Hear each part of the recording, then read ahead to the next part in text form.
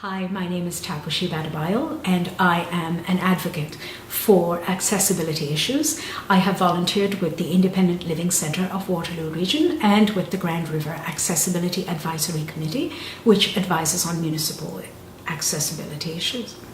I have a spinal cord injury and therefore use a wheelchair for mobility. The first stage of the Accessibility for Ontarians with Disabilities Act, or the AODA, comes into effect January 1st, 2012. What does this mean for business owners? Basically, it's interaction with customers. So a customer is allowed to use his or her assistive device to access your business or service.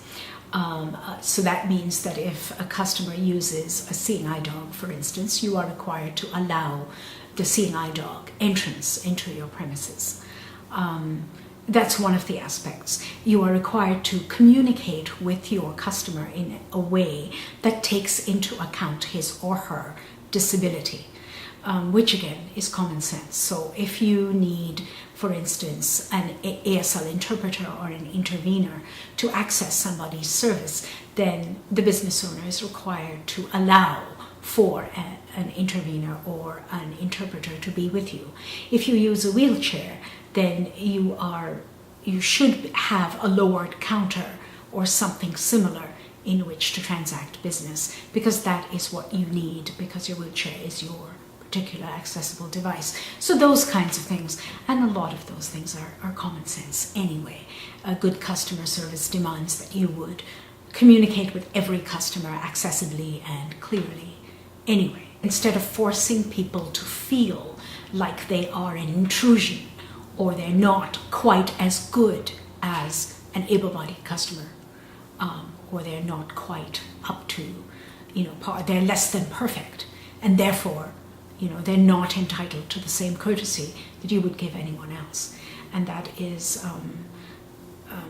a problematic thing to begin with. So not only does it make good business sense, and let's not, mince words. Yes, it makes excellent business sense, but it's also the right thing to do. In terms of issues you faced as a customer in different stores around the region, what have you experienced when it comes to customer service representatives speaking with you or dealing with you as a customer?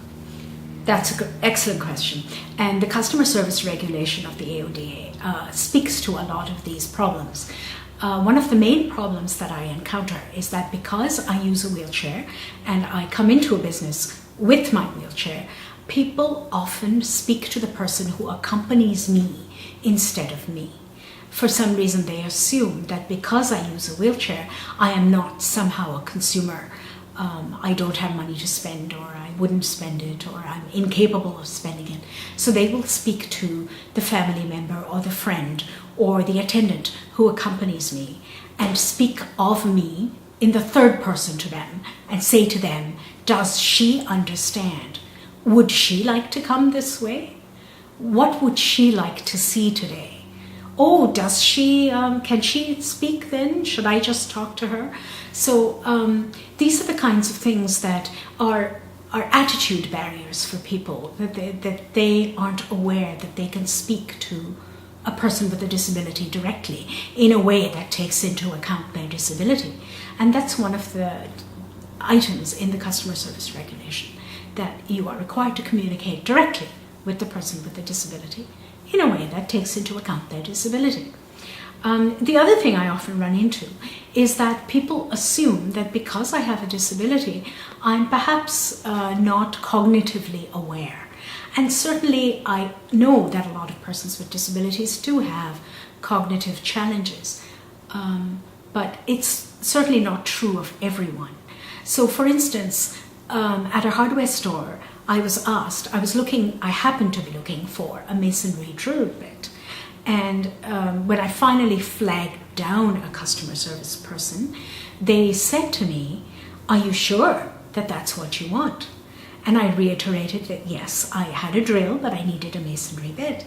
And they said to me, now dear, do you know what a masonry bit does? Do you know what it's there for? And the attitude was so condescending and so patronizing that I almost wheeled out of there. I almost did not complete my purchase. But I did reiterate that yes, I know what it's for, and yes, there's a reason I'm asking for it. And then they said, well, what do you need it for, honey? For what thing? And so I explained that it was for moving a mailbox on an exterior wall, which was brick. And then they said, oh, yes, well, I hope you're not doing that yourself. It can be dangerous, you know. But I did finally buy the bit. But I felt very undignified. I felt that I was treated as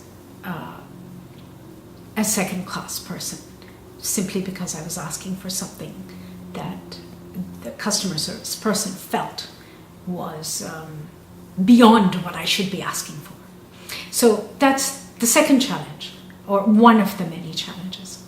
The third challenge that I can tell you about is, again, something that the regulation does speak to, and that is that if there is a disruption in the way that a person with a disability would access your business, then you are required to let that person know in an accessible way in advance of that fact. And I was visiting, in this case, a public building, and I had parked and I had disembarked, only to find that the ramp that I usually used to access the building was cordoned off with bright orange construction fencing, and there was no other way to get in.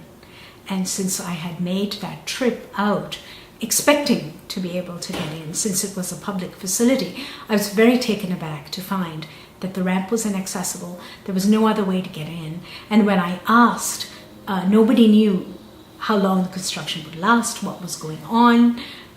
There was no sign, no notice, and so I wasn't able to access that building.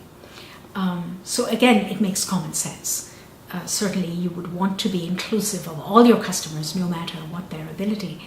And if there is something happening, like something is being torn up, there's construction, you would like to let people know. It's the right thing to do, and it's the courteous thing to do. If you take nothing else away from anything that I've said, please just know this. Persons with disabilities are no different than anyone else. They are no different than you.